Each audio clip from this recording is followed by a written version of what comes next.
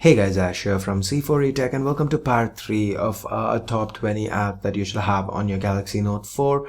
So if you haven't checked out the last two parts, the link to the first part is annotated on the video and the link to both parts can be found right below the like button in the description. The apps are not in any particular order, so you could just watch this video and go back. Once you've done with this video, go back and watch the rest. As always, the timestamps and the direct links to download these apps from the Play Store will be found in the description below. So that being said, let's get started.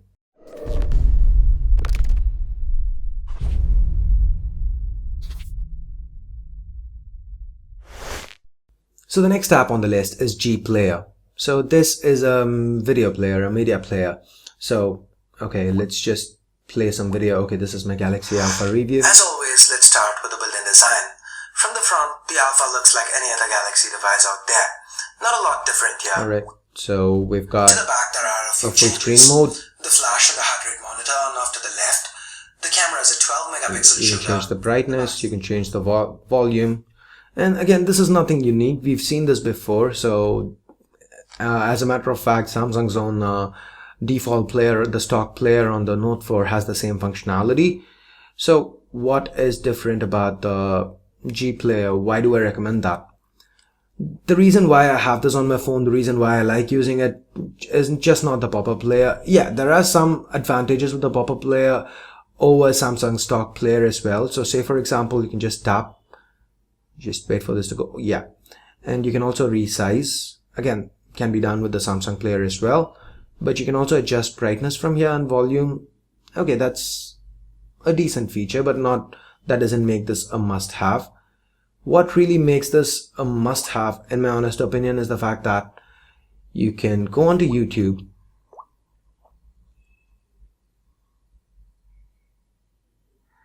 alright, and now just select any video that you want. So let me just go into my uploads, and now hit the share button and scroll down, select Gplayer, and now your YouTube video is actually playing in a pop-up window. So this is a pretty nice feature to have. So if you're watching, if you're just listening to music or something, you just want to come back out, check messages, you can always do that with Gplayer. So that's the reason why I have Gplayer on my phone. So moving on, the next app on the list is 500 Firepaper. So this basically pulls images from 500px. So if you want to have cool looking wallpapers but don't want to go ahead hunt for them, then this is a must-have app. So you just open up the app, go down, select categories, and just select the kind of wallpapers that you want.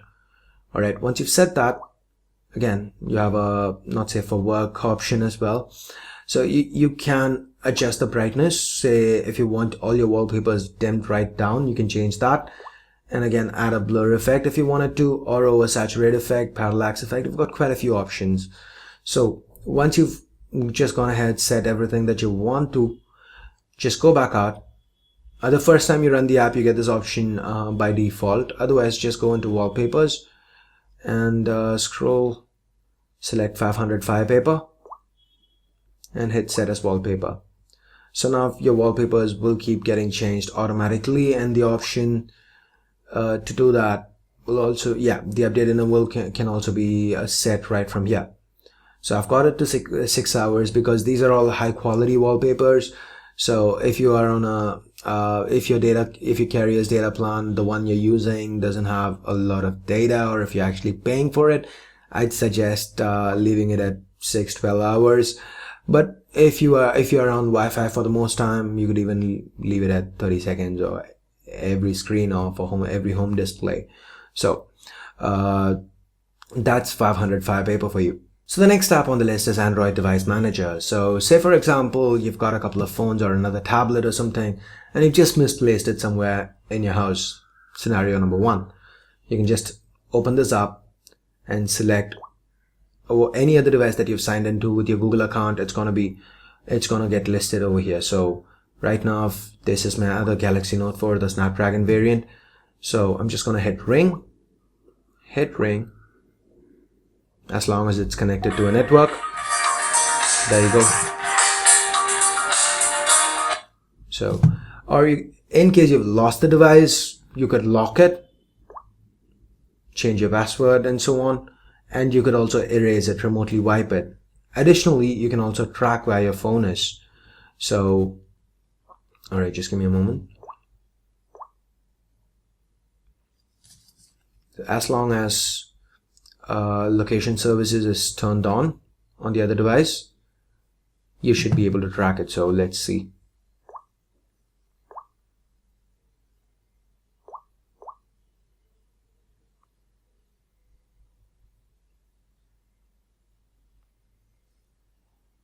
There you go. Now the next app is Team Viewer. So this helps you to remotely access your PC. So you need to head on over to the TeamViewer website. I'll again leave the link in the description below.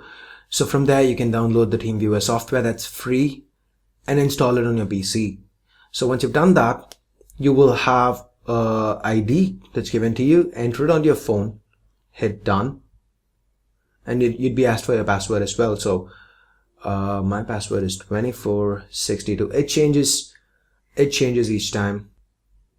So here's your basics. Here, a single tap is click, tap and hold for right click, drag for mouse movement, double tap and drag for drag and drop. So your regular stuff. Continue. And that is my desktop. And if you have multiple monitors, that's also supported. That's my monitor. I've got a triple monitor setup. So that's my monitor number 2. That's monitor number 3.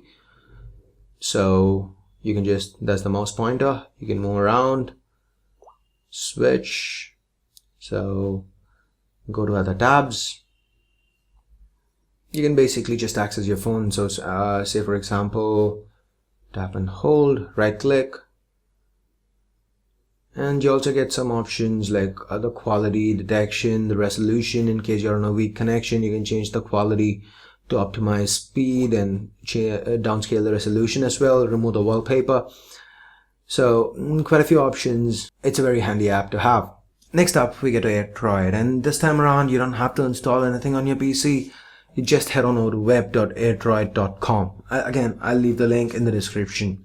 So once you've gone there, you would have an option, sign in to continue. You could create an ID and sign in on your phone as well. That would give you a bunch of extra options. But if you just want to get something done quick, just transfer something to your phone or take something from your phone to the PC, you have the other option. This is why I love AirDroid. Scan QR code. So first off, once you open up the app on your phone, okay. So you could enable notifications. If you do that, any notification you get, it would also show up on your laptop, your PC, whatever. So, and then hit scan QR code. So now just hold the phone in front of the QR code there, and now your phone connects. So you would need to create an ID and sign in separately if you want to access this on a data connection. That is, if your laptop and your phone are on different network connections. But as long as it's in the same LAN connection and that's it, everything's connected. So now say for example, I want to transfer a file from my phone, from my PC to the phone. I just need to just drag it and drop it. That's it. Done. Now I have this file on my phone, so I can just use any file manager and access it. So that is pretty much it. And you also get other options. You do, let's say for example, you can access the camera on your phone. So not the greatest frame rate, but it still works. And you can also take a picture. You can swap front and back cameras. That's my front camera. Hey guys.